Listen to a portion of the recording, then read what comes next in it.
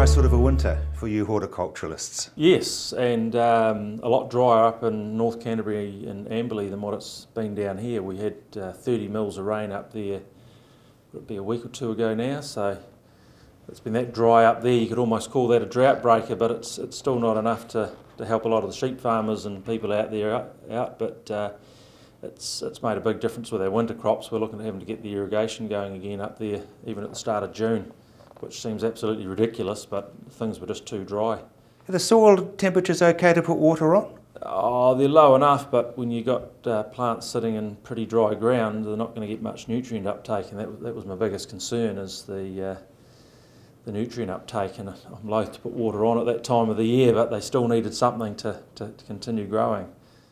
So I guess you're fairly up to date as far as your potato harvest is concerned? Yes, right up to date at the moment, so we've got all the storage full, so we're right where we want to be at the moment, and that's all going very, very well to plan.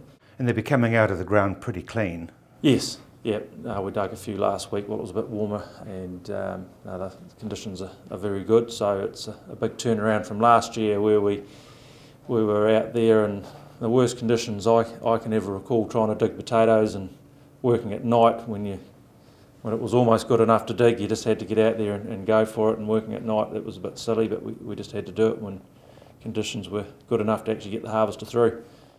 Robin, do you like a frost and all those clear days to sort of clean out any diseases and things in the paddocks? Oh, bit of good frost doesn't do any harm. Exactly how much disease it cleans up, I don't know, or insects. It's something that's I've never come across as being something that's quantifiable, but I'm quite sure a good hard winter does have the effect of cleaning up quite a few overwintering pests. Now, beetroot's becoming very fashionable as a vegetable. Yes, it's on in a lot of the magazines now, and on a lot of the cook shows as a fashionable product, and we've been growing it for about 5 years now, and it's just something that's it's still what I'd consider a minor crop in the scheme of things, but it's something that the demand is just, we've noticed it go up, and since we've started growing it, and yeah, no, it's a great vegetable though. Goodness me, I like to think of myself as not very smart when it comes to cooking, but I'll tell you what, you can knock up a good meal in a hurry with your golden gourmet potatoes. You put in some cut pumpkin, put in some beetroot, you can cut the bigger ones up a bit or just put the small ones in whole, maybe a bit of parsnip and onion. That's a meal, 45 minutes. I think I'm clever. It actually goes pretty well with cheese as well. Oh, I usually don't go in with either of the cheese. I just rub it in a little bit of very light oil and put a bit of my secret herbs and spices on it, and yeah, you don't need the meat. It's meal on its own for me. Which is interesting, because now you're basically marketing vegetables as a dish rather than just a vegetable.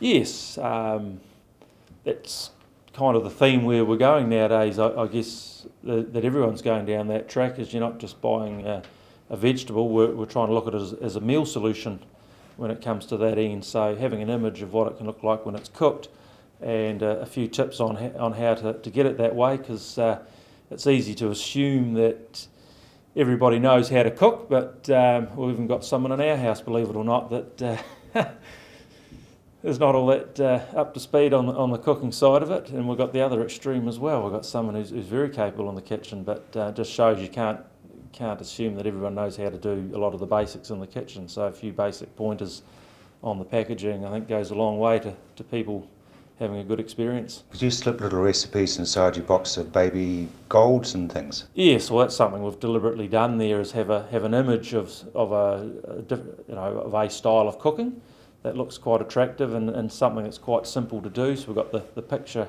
on the box, and then inside under the lid, so to speak, literally actually, we've got the recipe how to do it, and it's pretty basic and simple, and you can end up with a very tasty dish to complement whatever else you're having. So one of the other mainstays you've got as a vegetable and that you're growing, of course, is broccoli. Yes, broccoli going very well at the moment.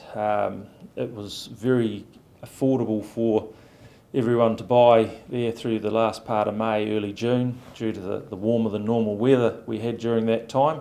So we've got our planting schedule worked out for what we think is typical average weather, if there's such a thing, for that month, and with it being a lot warmer, a lot more growth, a lot more product ready at once. So recovery rates were good, quality was excellent, prices down a bit due to the old supply-demand model. But really happy with the quality of the crop cutting at the moment. I mean, we're into July now, and yeah, the quality's excellent. And part of that has been the fact we've had the frosts. They're not so bad. We haven't had too long of wet, dull, doughy weather, and that usually what causes the biggest problems with the quality. So we should expect broccoli quality to remain good for a good while yet.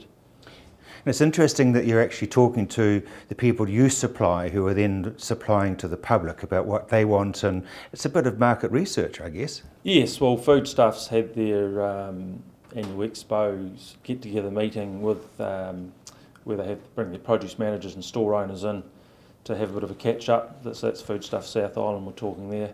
And this year they invited a lot of their main produce suppliers to come along and set up a bit of a display and just be there and have some interaction with all the produce managers and store owners, and that's always very good. It was a great opportunity because the produce people could, you know, if they haven't met us before today, which we've met quite a few of them, but those that haven't, good chance to meet, get some feedback on the product, then find out a bit more about us, who we are, a bit more about what we do, and it was really good. So you're producing for the market? Yes, all the time. Yeah, there's none of this grow and hope that went out 20 years ago. So, you know, being in touch with your main retailer and the people that are at store level, that's valuable.